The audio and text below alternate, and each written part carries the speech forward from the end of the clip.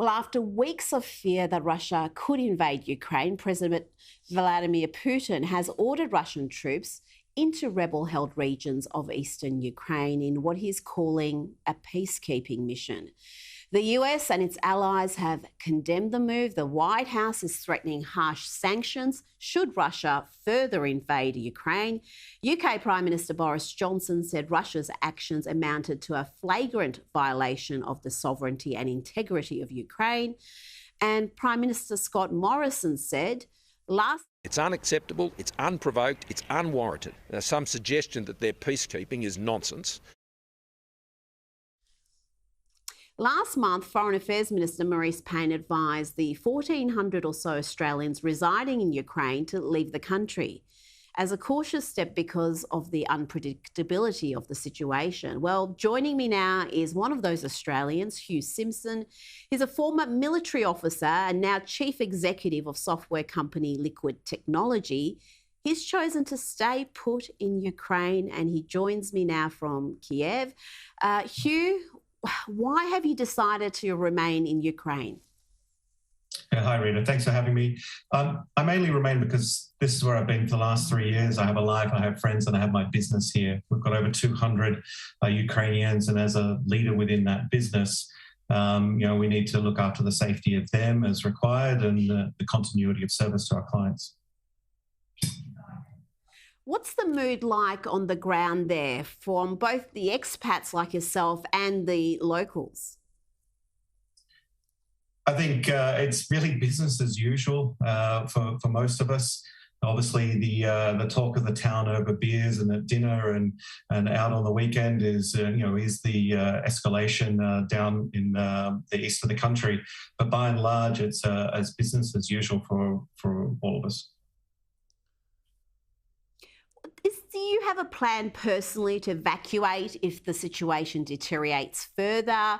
And do people feel living in fear at all, or do they think this is going to be contained to that eastern region?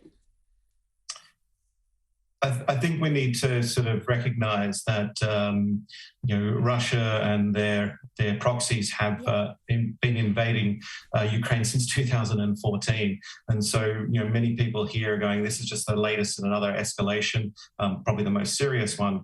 But in terms of contingencies, both personally and for the business, we have a number of contingencies in place. And personally, I've teamed up with the other sort of expats and friends here that we have a bit of a collective plan should the need arise. Gosh, you're braver than I am. I would have got out of there quick smart. I wonder, how do you feel about Putin's speech today? Did you hear it? I'm sure you would have been across it, but did that alarm you? I think what's most interesting about that speech is, he's clearly living in a parallel universe. There were so many fallacies in what he said around the relationship and the economic prosperity of Ukraine. The 3 years I've been here, it's been even through COVID, it's been continuing to improve. Lifestyle here for a lot of people is continuing to improve, and I think this is all due in part to the move towards European Union membership.